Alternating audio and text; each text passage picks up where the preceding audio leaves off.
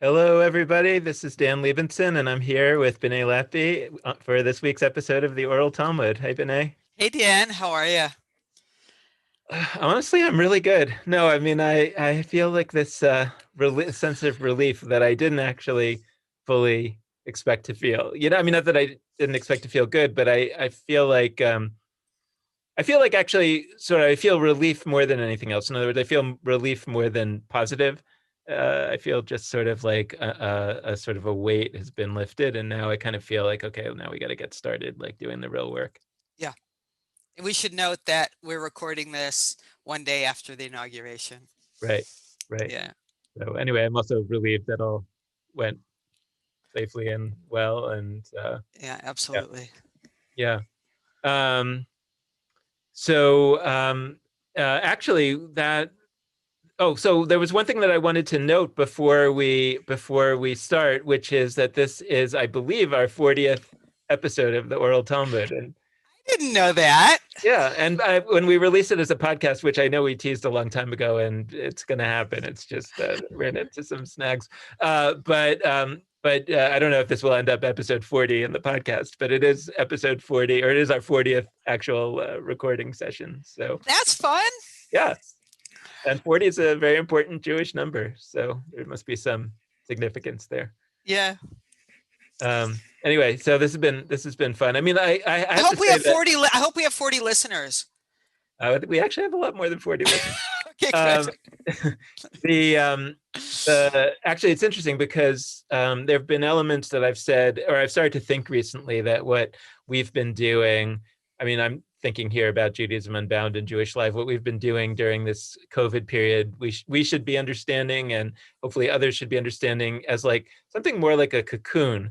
Like it's not actually the thing; it's the thing that will incubate the thing, and that I'm starting to think about, like all the stuff that we've been doing over the last year. How can we start to reorganize it in ways that will actually be not just something to do during COVID, but something that will have a lasting significance and that will allow people to explore Judaism in all kinds of new ways. And one of the things, though, that I hope is not just a cocoon is this show. I'm really enjoying it. So I hope we'll have many more than 40 left.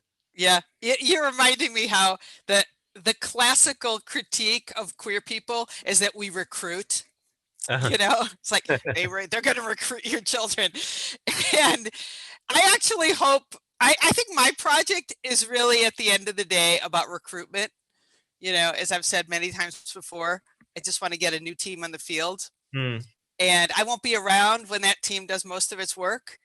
And I'm so surprised and amazed and thrilled at how much work the new team is already doing Hmm. in creating, you know, new Jewish communities and new practices and experimenting with new stuff. And you're so involved in that as well. But basically, for me, this is a recruitment project. It's like, hey, this is cool stuff. These are cool ideas. Come on board and then have fun. Right.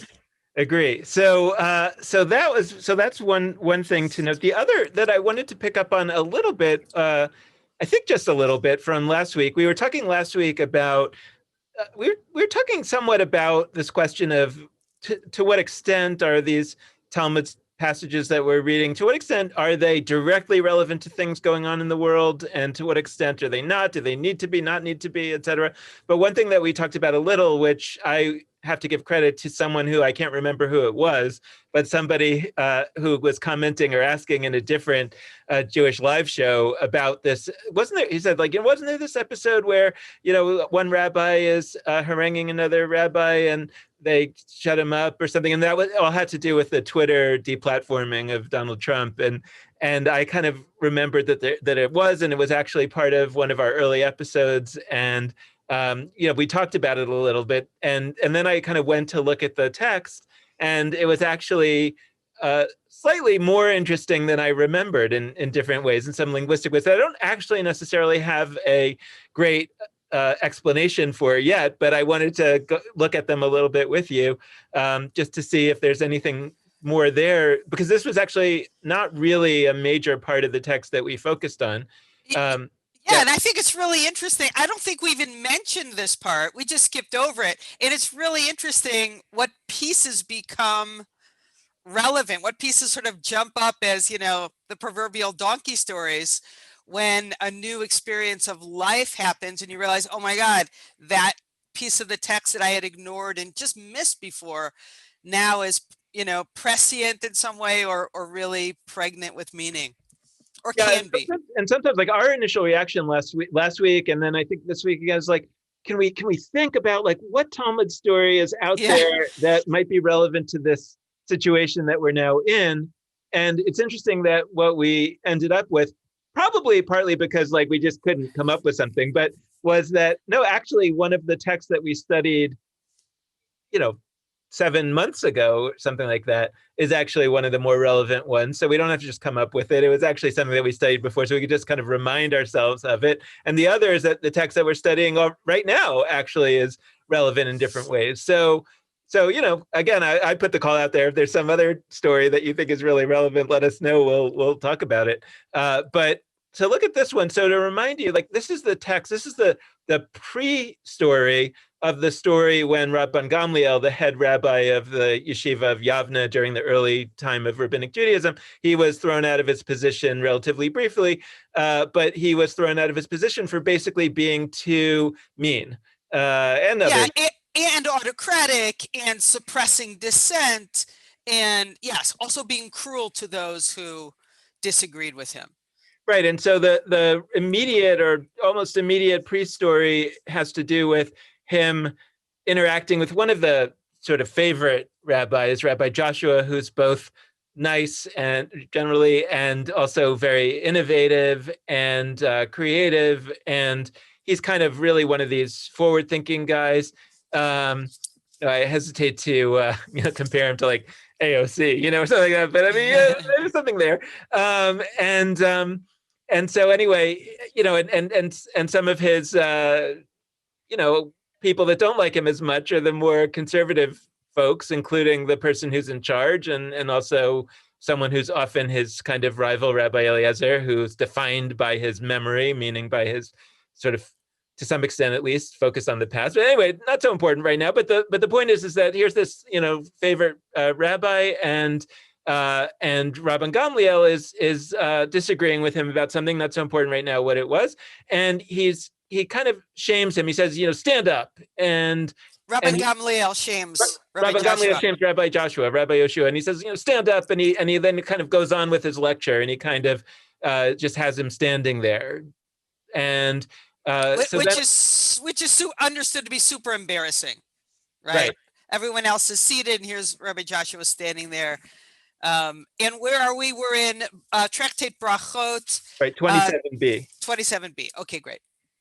Yeah, and so the key paragraph here is this one, where in the English it says, so Rabban Gamliel was sitting and lecturing, and Rabbi Joshua was standing on his feet. And the explanation here is because he was told to stand and he was never told to sit. This continued for some time until it aroused. Well, I don't even have to do this interstitial stuff.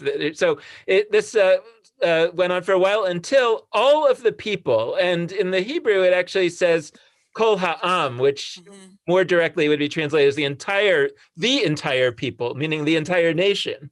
Yeah. Right, until kol ha'am. It doesn't say all the students. It says doesn't say all the people in the room. Doesn't say all the rabbis. It's all the nation, all the people. Said, they began murmuring and said to Chutzpit, the disseminator. So this is what we talked about last time. This is basically the Twitter of their time. This is the amplifier. The technical thing is that it's in the big lecture hall. They can't hear you from the front, and there were no microphones in those days. So you would have somebody standing in the middle who would be repeating everything that the lecturer said so that the people in the back could hear it. And I should say that this murmuring, I just looked up the word murmuring. It's the root resh nun nun. I just looked it up in Jastrow, and he says that it's not just murmuring; it's murmuring in rebellion. So it's not just they were like, whispering, "What's going on? What's going on?" This is like the moment of no, we can't remain silent anymore.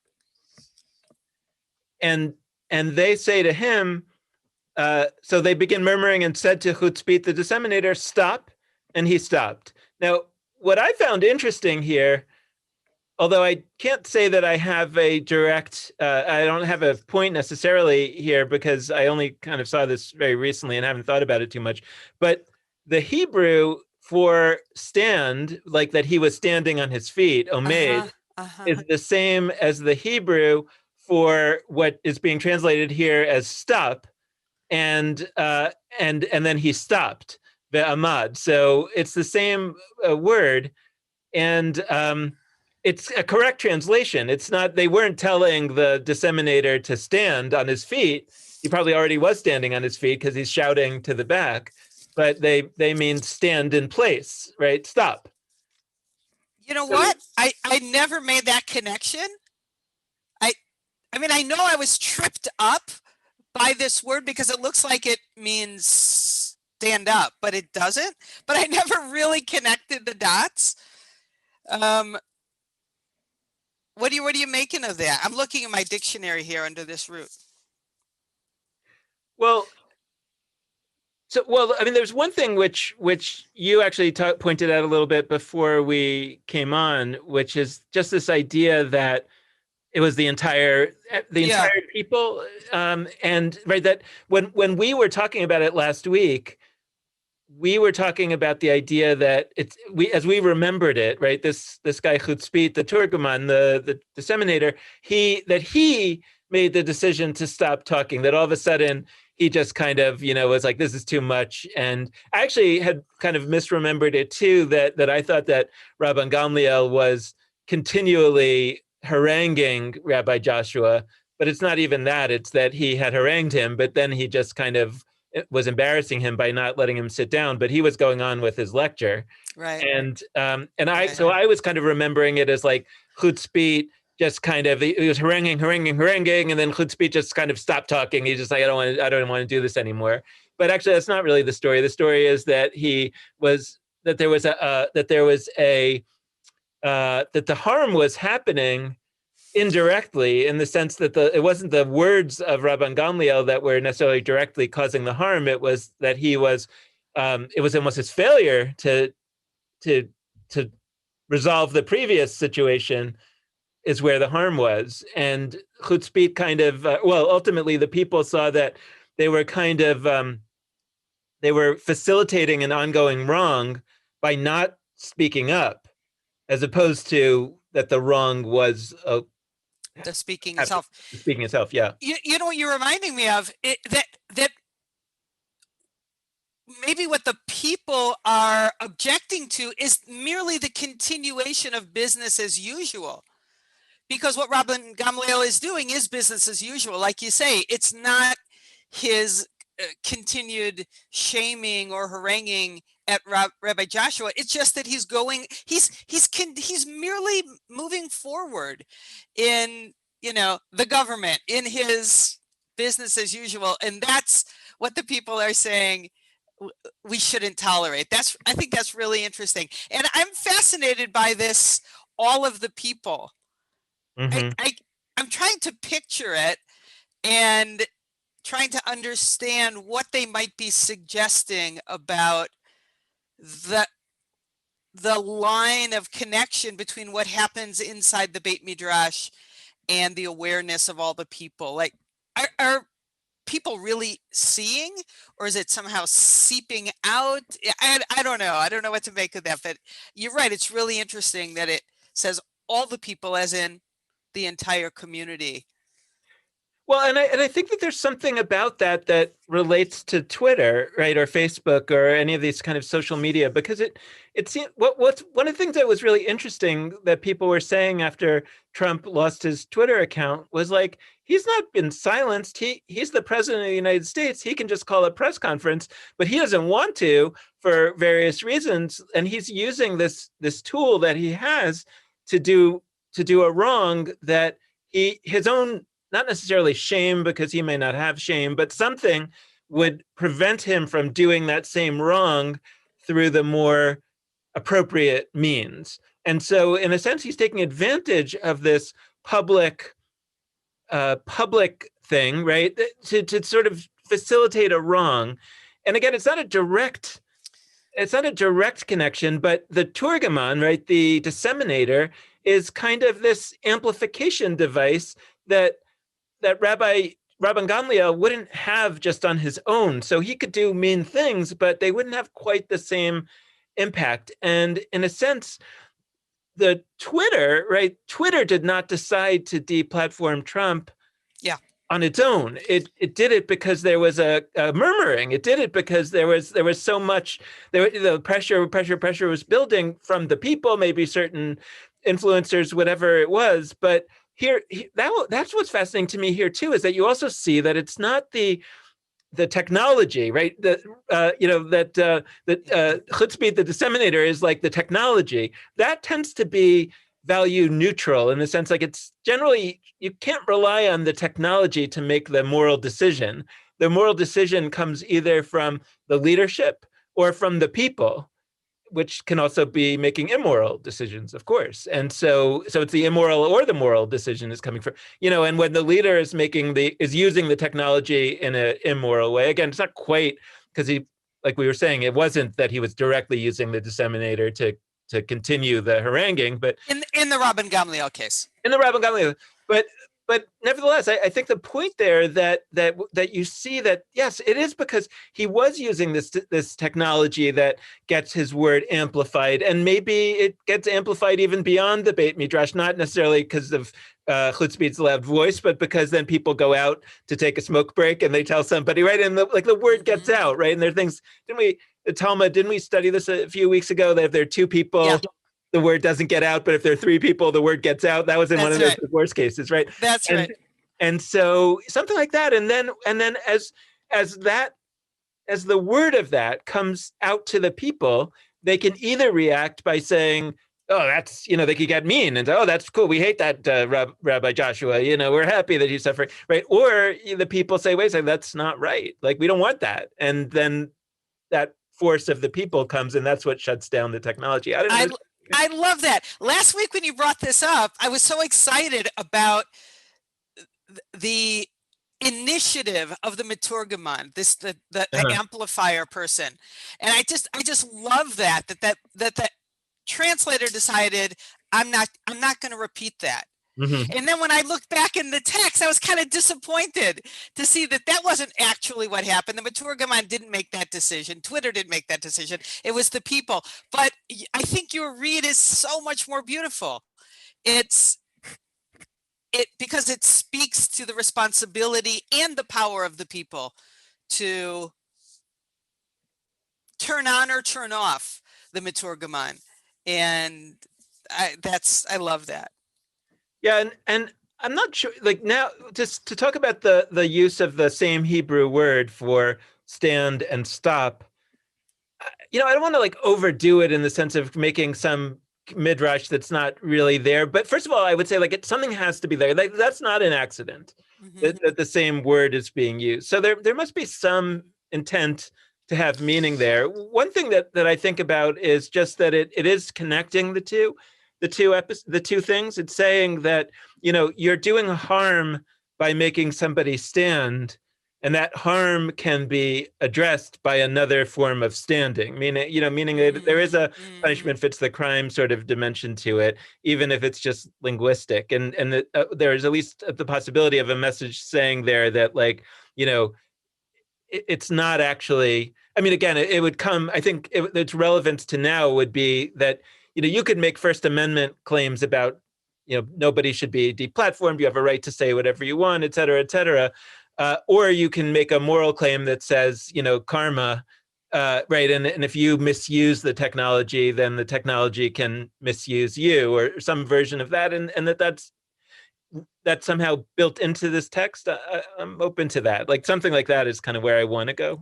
That's nice. And for me, I always believe, and I've been taught to ask the question, what is the language? What would the language bring up for those extraordinarily familiar with the Talmud?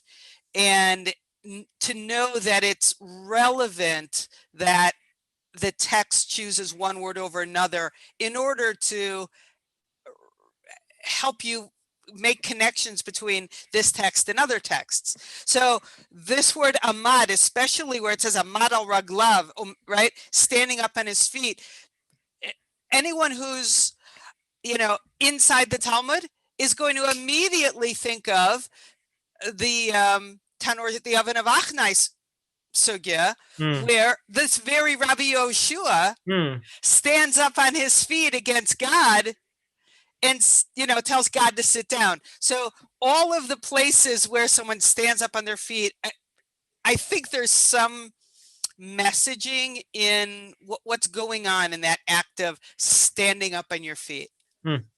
Well, that's a good segue to this question that we ended last week's episode talking about, and you promised us a little story.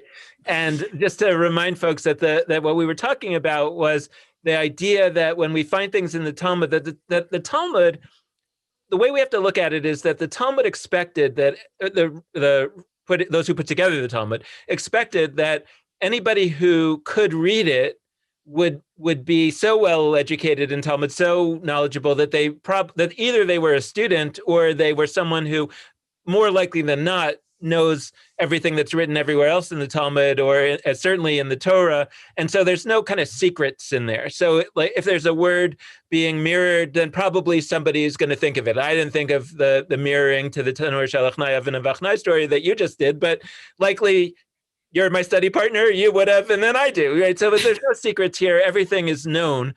And so when there are kind of winks, humor, kind of roundabout explanations, you have to kind of look at that and say, well, they knew that they aren't stupid. They knew that explanation was just as absurd as you do. So why did they do it that way? And that one of the things that we were talking about is that they didn't expect that the people would have known any of this. The only thing that the people would be likely to know would be anything that's in the Torah, because they go to shul, most likely, hear the Torah reading each week, that you read the entire Torah. So the odds are that something like the wayward and rebellious son, they do know about, because it's written explicitly in the Torah. So you're going to get questions about this. If it turns out that we've legislated this out of existence, that's not going to be that easy, because people are going to come to you and say, well, wait a second, to see right here, there's a wayward and rebellious son, and my son is really terrible. I think I should, stone him, or, bring him to be stoned. And there's no, we don't do that anymore. It's like, what do you mean we don't do that anymore? It's in the Torah. So you're going to have to deal with that. So you're going to have a certain kind of response ready for the average person, whereas other things are going to be much more obscure, and they're just things that other rabbis know about. And so we're not likely to get people coming to us with, but wait a second, I know that's the wrong answer. So that's a different kind of response. And so you were going to, I think, talk to us a little bit about how the conservative movement dealt with this not too long ago, when it started to change. This started to change where, oh, wait a second, now all of a sudden the people are super well educated and they have access to a lot of information, and it may not be anymore that all they know about is the Torah, and they're going to start to want to ask us about things that are not in the Torah. Yeah, this story came up for me last time as we were talking about this, and I want to preface it with a response to something you just said, which is that you said the rabbis wouldn't have expected people to know what was in here.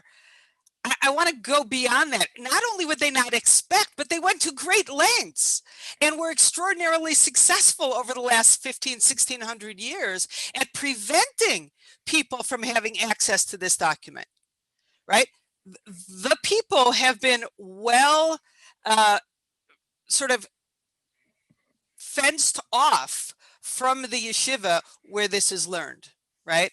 And I feel very proud of our time and the work of Svara adding to the work of other people in, opening up this book for people who not only weren't expected to see it, but weren't allowed to see it and were explicitly prevented for so long. Okay, having said that, so the story that I was recalling was it when I was in rabbinical school, and I was in rabbinical school from 91 to 97. I attended the proceedings of the law committee. Now, the law committee, on its long name is the the Law Committee on Jewish Law and Standards, or something of that sort, is kind of the body of really halachically expert authorities in the conservative movement who decide questions of Jewish law that will be guiding potential positions for any rabbi to hold for their community. And it was fascinating to sit in on their proceedings, because you could see, basically Talmud in action. You could see them making decisions and deliberating and arguing on issues that seemed of great importance and issues of ridiculous obscurity, like the kashrut of hard cheese. Okay, for some people that's obscure, not for everybody. Okay, I don't want to knock all kashrut. Okay. And I remember sitting in one particular meeting. This had to have been in 96 or 97, in which the topic at hand was, should we or should we not, for the first time in the history of the movement of conservative Judaism, allow the people, ha'am, to read our tshuvot. In other words, to read the decisions and the papers behind the decisions of the conservative movement. Because up until that point, they were deliberately locked up and not made accessible to people. You couldn't call up the conservative movement and say, hey, can you send me a copy of that tshuva on whether I can have a band at my daughter's bat mitzvah in the shul on Shabbos morning. And that, in fact, was one of the examples that came up in the conversation, arguing that we continue to suppress these tshuvot and not let people see them. Someone said, what am I going to do when, in our shul, you can't have a microphone on Shabbos? One of my congregants comes and says, hey, but I've got the decision right here in front of me, and it actually says that electricity isn't a violation in and of itself of Shabbat, and actually there's no halachic basis to our synagogue's rule. What am I going to say then? It's much easier for me to just say it's forbidden.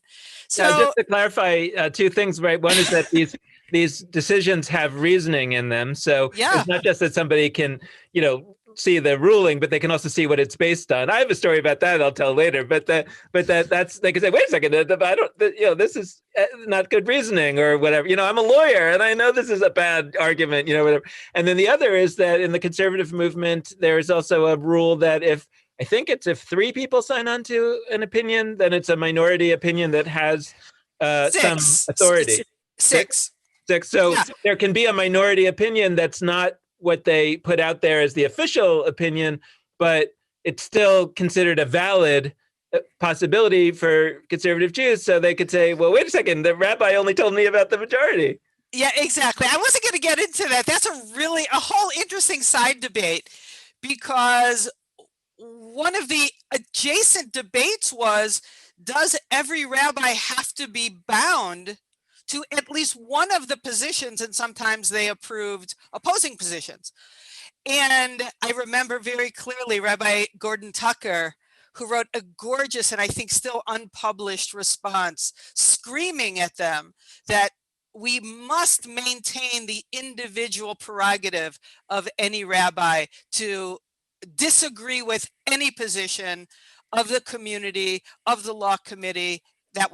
It's called the power of the Mara Da'atra, the authority of the place. And they begrudgingly, on the part of many, agreed to preserve the individual rabbi's right to rule for their own community differently than any of the opinions. But you're right.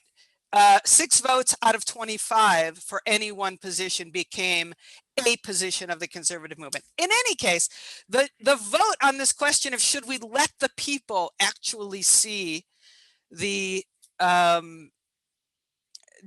rationale and the papers behind our decisions ended up with a vote of yes. A yes, but. And the yes, but was, yes, we are now going to give access to all of the decisions on all of the issues, from microphones on Shabbat to kashrut to circumcision to conversion to ritual, you name it. Except, they ruled, we are going to hold back and continue to deny access on one and only one issue. We are not going to let people read our opinions and our rationales behind our position on one issue. And you know what that issue was?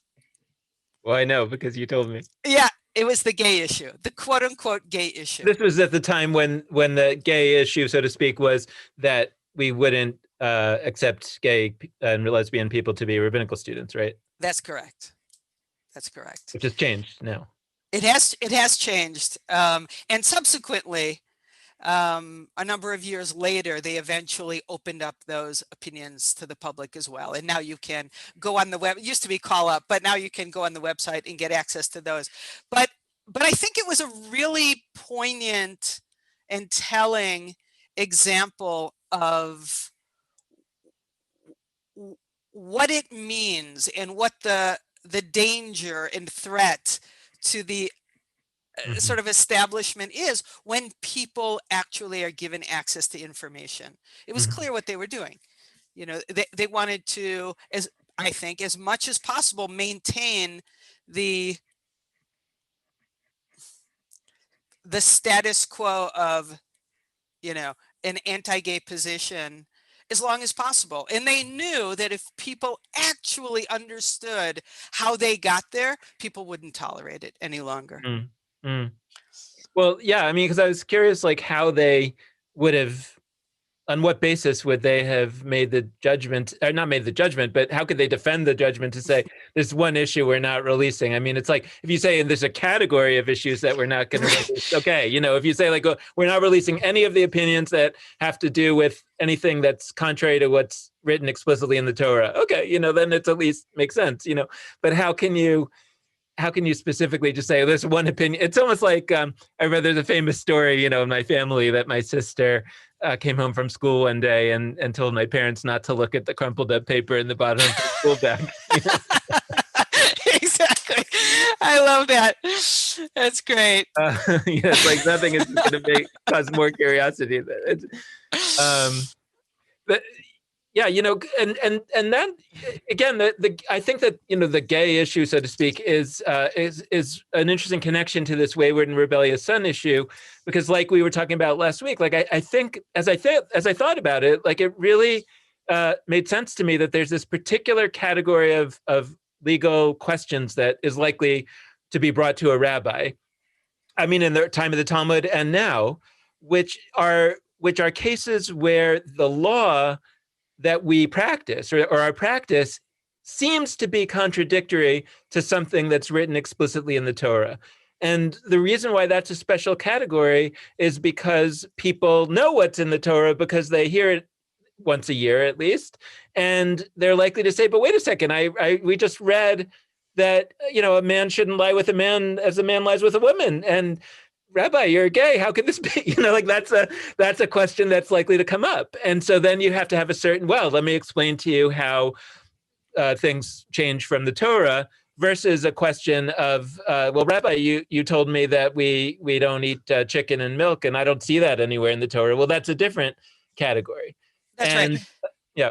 Yeah, and that's why you have to remember the Talmud's never about what it's about. This passage isn't about stubborn and rebellious children. Mm-hmm. It's about how we can move from the presumed sort of handcuffs of what it says in the Torah to what our Svara tells us is a much better guess at how God wants us to move through the world, regardless of what the specific is. So this is, you know, the meta message here is about the move from anything in the Torah to anything different from that, not specifically about stubborn and rebellious son. And it's not telling us the story of how the stubborn and rebellious son moved. I think this is a a kind of retrojected, much later sampling of ways one might justify such things. Oh, I think I lost your sound. No, that was my fault. Before we jump back into the text, I'll just tell my story real quick on the previous topic, which was that I was once on a rabbinic search committee, and the big question, or one question that we would raise, is can a non-Jewish parent be called up to have called to the Torah and Aliyah for their child's bar mitzvah or bat mitzvah? And we all knew that, or I knew that the answer was no in the conservative movement, but I was curious how the rabbinical candidates would talk about it. So this one rabbi said no, and I said, well, why not? And he says, well, I guess this was after the time when they were allowed to show their work, So he said, well, the reasoning is because the blessing is Asher Bachar Banu Mikol Amim, that we were chosen from among all the nations, and no insult intended to the non-Jew, but they weren't chosen. They're not from the chosen people. It's not, don't mean anything negative about them, but it just wouldn't be accurate. And so you can't have what's called a bracha levatala, like a blessing that's not true, which raises a whole nother set of issues, because I think most people in the congregation don't actually believe what they're saying, so that's a whole nother situation. But he said, so we can't. Aside from the fact that a non-Jew is not commanded to avoid a null blessing. Oh, that's a really good point. Yeah, okay. So anyway, but whatever, the bottom line was that, this blessing says we were chosen from among all the nations, and wouldn't be true of a non-Jew, and so you can't make a blessing that's false.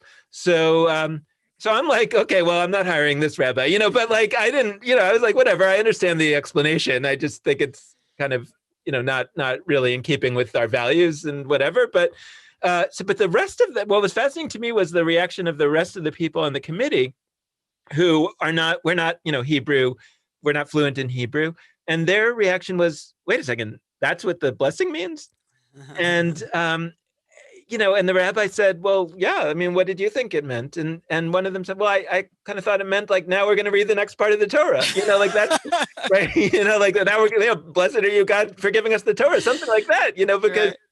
And on the one hand, what you saw here was, I think in the rabbi's mind, they may well, I can't say what the rabbi was thinking, but maybe they were thinking, oh, she's another experience of just how ignorant Jews are, right? But my experience looking at this was, wait a second, I think that actually the rabbis are in big trouble, because they're lucky that the Jews don't know what it means, but soon they're going to find out, and as soon as they find out, they're not going to like it, and that really what it does mean. I mean, what the ritual means to everybody sitting in the pews is, now we're going to read the next part of the Torah. So somehow the rituals or the words or something is going to have to, the rules are going to have to change to suit the understanding of the people of what's actually going on here, and not some elite notion of what's happening that the rabbis might have. And that is all new, meaning that is not a negative or positive thing necessarily. I mean, I see it as a positive, but I'm not putting it out there as a positive or negative, but it is a difference.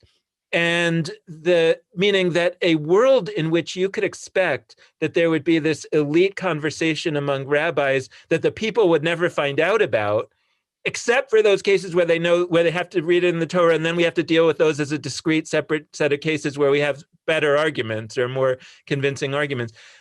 But that world just doesn't exist anymore, and the digital revolution accelerates that even more. And so now we have to expect a world in which most people know most of the stuff. Right, and of course, this is the same revolution that's happening in medicine and law and education and psychology. Absolutely. And so, so that is as much as anything else that we've talked about on this show, that's one of the reasons why I think there's a crash and ultimately the hope of a new version of Judaism, of the Talmud, et cetera, because it's dealing with a new reality where everybody knows, or everybody has the potential to know everything. And so there's no more, it's not that there's no more hiding necessarily, but there's no more hiding. There's no more expectation of lack of knowledge. It can't work. And so what we have to do is to reinvent a Judaism that is palatable to everybody who's expected to participate. And if you want to make it unpalatable to a certain segment of people, for example, LGBTQ people, you have to expect that they're not going to want to participate, or they're going to go off and create their own version, because there's no reason there's no reason. There never was a reason for people to participate in something that wasn't palatable to them. The point, but you could have prevented them from finding out that it wasn't palatable to them. So that's what's changed. And it's actually similar to, and I'm only making this connection right now, it's similar to what I've been saying about the economic model of Judaism, right, which a lot of synagogues work on. I've said it's like the business model of a gym. They only work if people are willing to pay the dues but not show up, because if everybody showed up, they actually wouldn't have enough space, enough attention from the rabbi, et cetera, to handle everybody. So it's a system that only works if people don't participate. And I'm like, well, I don't want it. First of all, I don't want to be a part of a Judaism that only works if people don't participate. And I don't think that's going to last for too much longer. I don't think people want to pay for something that they don't participate. So we're going to have to reinvent a Judaism that everybody who participates pays, right? And everybody who participates feels connected to it and feels that it's palatable to them. That's a very different. You can't say that that's a tweak. That's a major change from what we've had. Absolutely. And I think what's coming up for me as you're talking is that the very notion of tradition is going to start feeling different, because part of what is powerful about a tradition is its sense of, sometimes illusion of, stability and continuity, and familiarity. And that only happens when there's a gap between the small changes in the tradition and the mindset or svara of the people, the sensibility of the people. Traditions change much more slowly than people change, I think, and it gives traditions this like really long foundational stability. Well, what's going to happen to the power of tradition itself when traditions no longer feel like they've been this way for a long time, which I think is a necessary myth that we have to uproot. That central myth that master stories are fixed, unchanging, and immutable. When you get rid of that, I don't know, I'm just like trying to figure it out now, but something is going to happen. We have to re-understand where the power of a tradition is once those two things start coming back together. I wonder, I think that's a question. Like, I'm not disagreeing with you. I'm not sure. I wonder whether you can construct a myth that everybody accepts in a kind of mass way. The myth of America is maybe an example. There's we've made various connections to American legal work and legal tradition in law schools, where there definitely has been this elite mindset where most of the people aren't going to find out about most of this. So there's two different kinds of conversations happening. Like you were saying, in medicine and in psychology and so many things, that's breaking down also in law. So that kind of myth seems to be unstable. But I wonder, and now we're obviously seeing a breakdown in the myth of America in its larger version. But I wonder whether some kind of larger myth like that can still be sustained, even in a world where everybody knows it's kind of a myth. Part of me feels like I hope that it can be, because I think there's something really powerful to a story and a myth that is hard to just, without it, it feels, that I don't know. Like, it feels like it's very hard to live life if you feel like you're not living it for a purpose. But all those purposes have substantial mythic, kind of unfactual components to them. And so it feels like there needs to be some. Yeah, maybe if we get it more right, Mm-hmm. It'll have more lasting power and more plausibility, even for folks who are seeing behind the curtain. Mm-hmm. Yeah, now you're making me feel more hopeful. Well, okay. Well, let's spend a little bit of time back in our text. Yeah, Okay. let's. So, so all of this, I mean, while it could seem like a digression, and it is, and by the way, the Talmud is full of digressions. I think those digressions are not just digressions, right? They're digressions that are actually trying to bring in ideas from somewhere else into this conversation. And so it's on the one hand, it's taking some real time to do that, but on the other hand, it's not out of nowhere and irrelevant. So I hope that that is true here too. And just to remind, like what we're really why we went off on this digression is because we started to get to a point of this conversation, of this analysis, that started to seem very winky, very almost to the point of it's starting to be funny.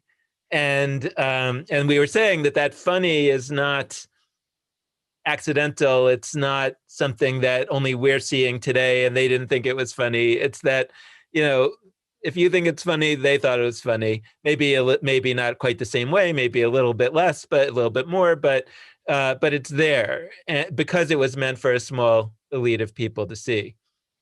And so, Absolutely. and so what we're looking here is starting to again get at these limitations of the cases. And totally remember where how far we got. I think we started on the Mishnah here. Yeah, I think we had finished the Mishnah. We talked about the Oh, right. Gregor Mendel four-square Yeah. examination of of four different possibilities of how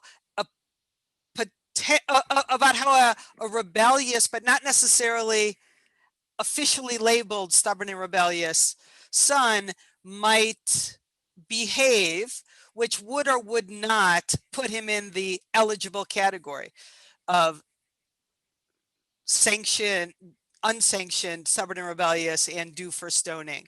So the top and the bottom of the foursquare are where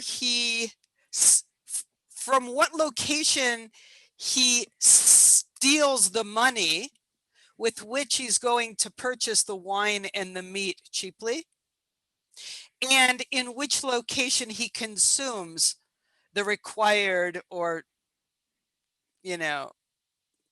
significant meat and wine that might put him in the category of stubborn, wayward and rebellious. Okay, so the Mishnah says if he you could go ahead and read it just to remind people. Then we'll just to remind people that basically the only situation in which somebody would be potentially deemed to be a stubborn rebellious son is if he's caught, or if he's somehow had done and it was known that he had taken, well, here it says in the Mishnah, it says steals something, food or something that belonged to his father, and ate it on the property of somebody else. Right.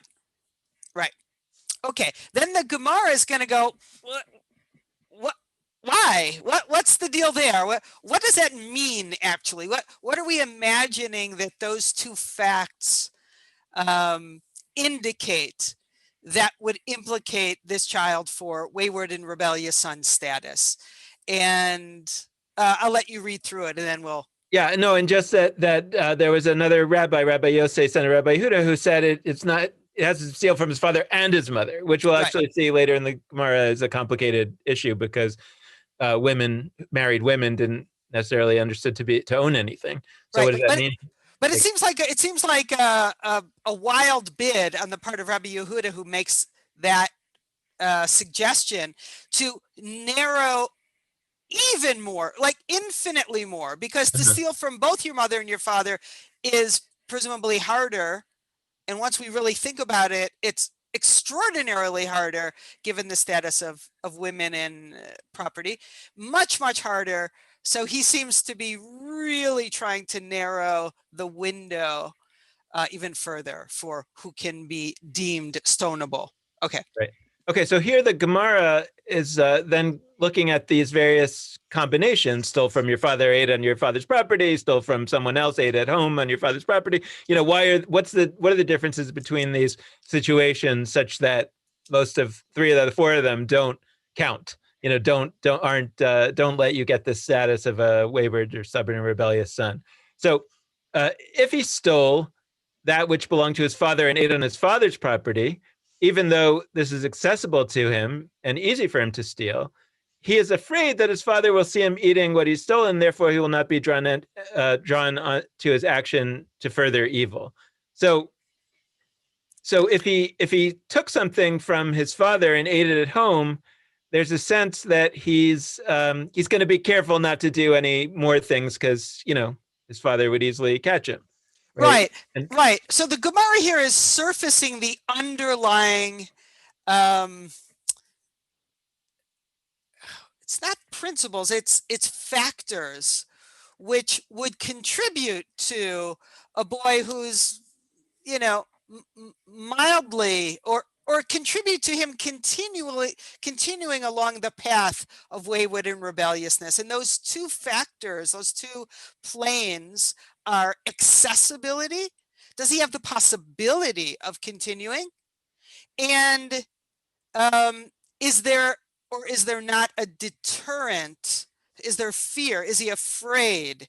Presumably, if he's afraid of getting caught, he won't keep doing it. But if he has no concern about getting caught, he's not afraid at all, he will continue.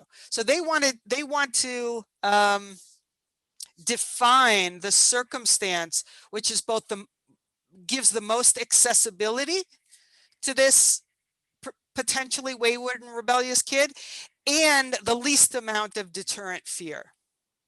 Okay. Yeah, and by the way, I'm not entirely sure that I 100% agree with Steinsaltz's explanation here, and probably he's getting that from what you're saying. I mean, there's different ways to look at it. You could say, well, look, somebody who's just stealing from his parents and eating it at home, they might keep stealing it from their parents, but at the end of the day, we're not that concerned about that. I mean, that's not, it's well, so he's a bad kid, but that doesn't mean he needs to be killed.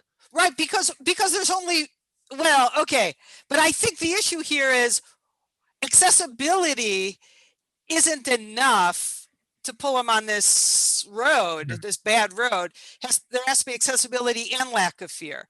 And stealing from his father's property, this is, I don't know. My dad, Olav Shalom, used to leave his wallet on his dresser. I knew where his wallet was. I knew that there was money in his wallet. It would have been very easy for me to take money from him.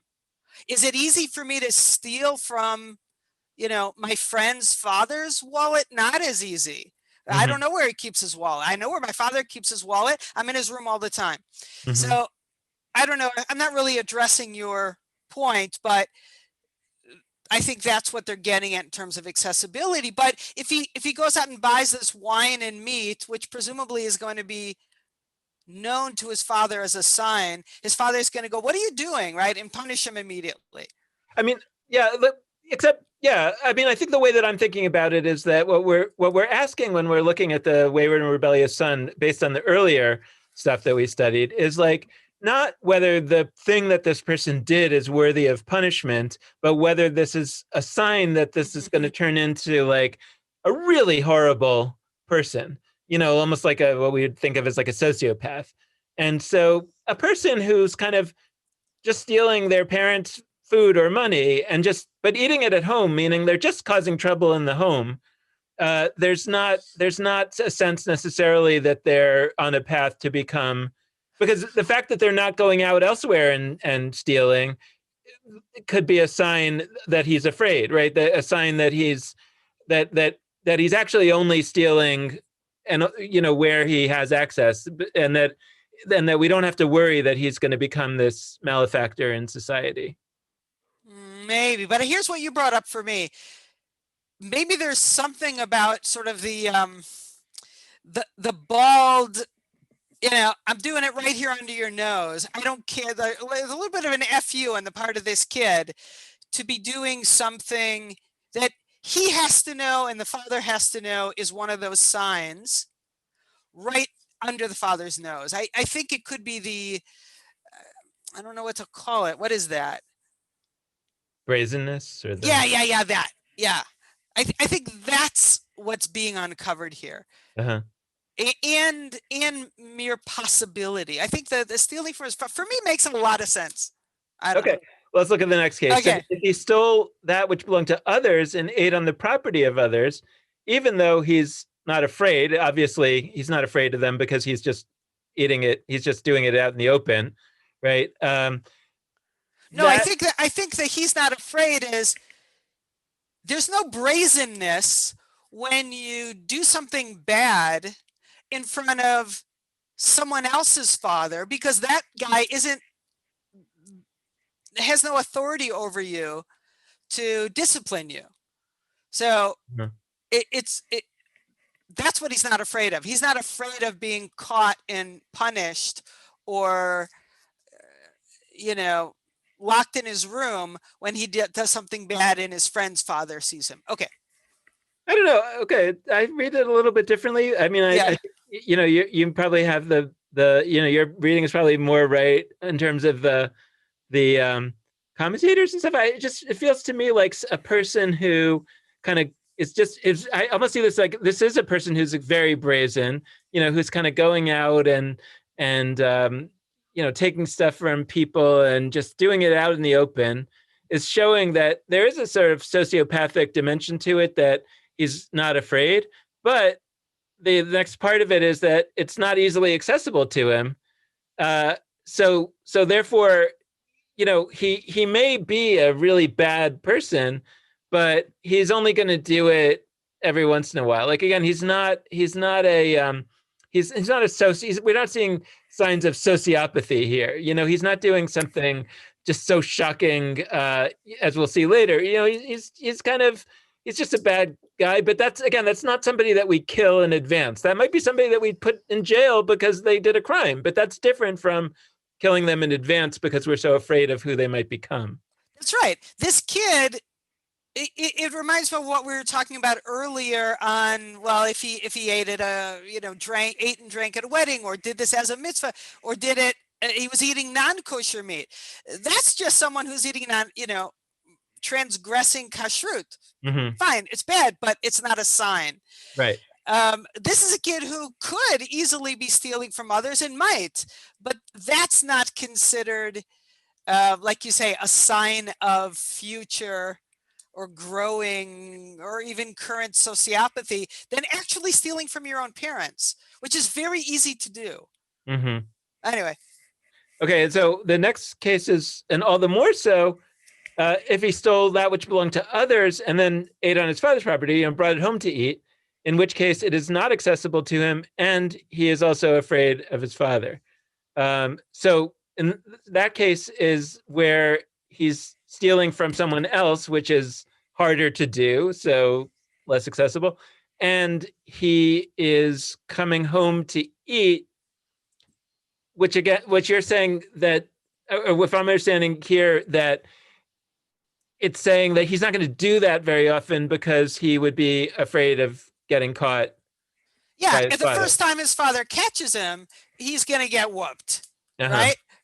And he's unlikely to keep doing it because the location in which he's eating this stuff is going to cause him to have a deterrent behavior, his father's punishment of him, early on in this growing sociopathic process or something like that.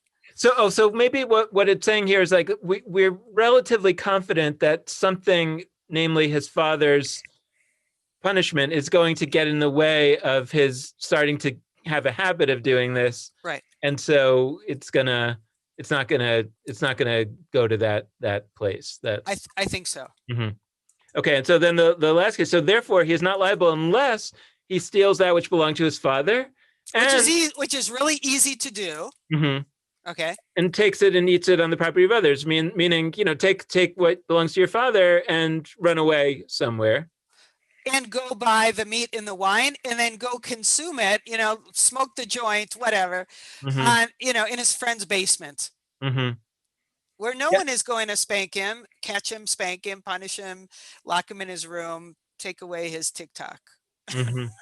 Well, there's also this like intense But part of what I see here is like this, that you're seeing consciousness of guilt, right? Because if somebody eats, steals from your father and eats it right there, then maybe you're just stupid. Maybe you're just kind of right, like you didn't realize that you did something wrong. You didn't even realize that it's stealing. Oh, it's like, it's my father. It's not stealing. He's part of the family. Whatever.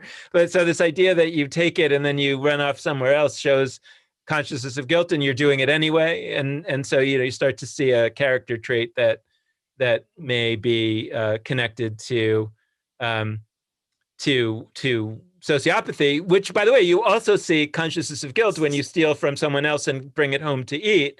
But I think in that case, they're saying, but that's not going to happen too often because the father's going to whip him, and so they're both signs of consciousness of guilt. But in this case, we think something else is going to intervene to stop it. But in this other case, nothing may ever intervene, and so this seems likely to build up.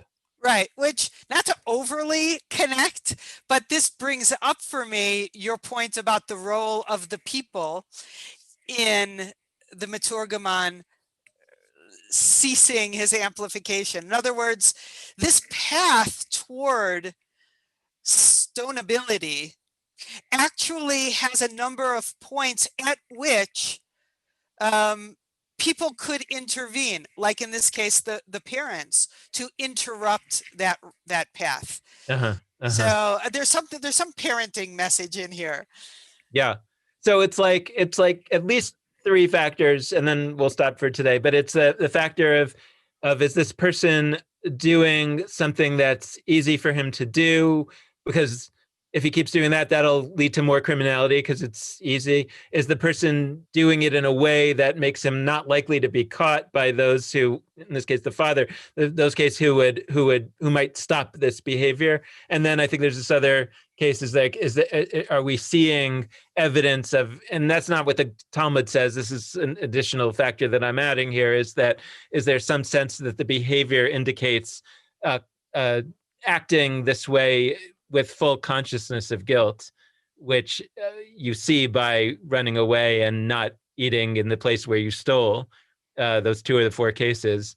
And where those sort of three factors converge is where you say, well, this is the case that we're worried about. But again, the last thing I would say here is like, you can make sense of this Gemara, and it does make sense, and that is an important factor. And yet, what we're really seeing here is an intense narrowing of the potential cases where this could ever be applied. I don't know if I'm going off too much on my own, process of becoming a parent of a teen, but the thing you worry about is what you don't know about, right? Mm-hmm. It's not what your kid tells you they're doing or tells you they're thinking, right? The fear and the danger in this situation is what you don't know your kid is up to. I don't know. So even in the, but in that, even in the, so I mean, a closing point, I think, which we can think about and maybe come back to, is that even in what we're seeing here, that is on the one hand, this kind of funny narrowing of the cases that ultimately, and we've already spoiled this, that ultimately will narrow it to nothing. You could see it just as that, but actually even within that, there is wisdom here. There is real,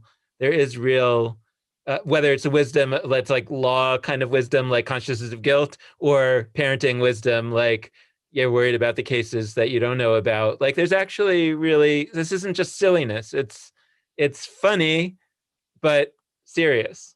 Yeah. It's cool. Yeah. All right. Well, we'll pick this up again next week. So fun. Thanks, Dan. All right. Bye. Bye.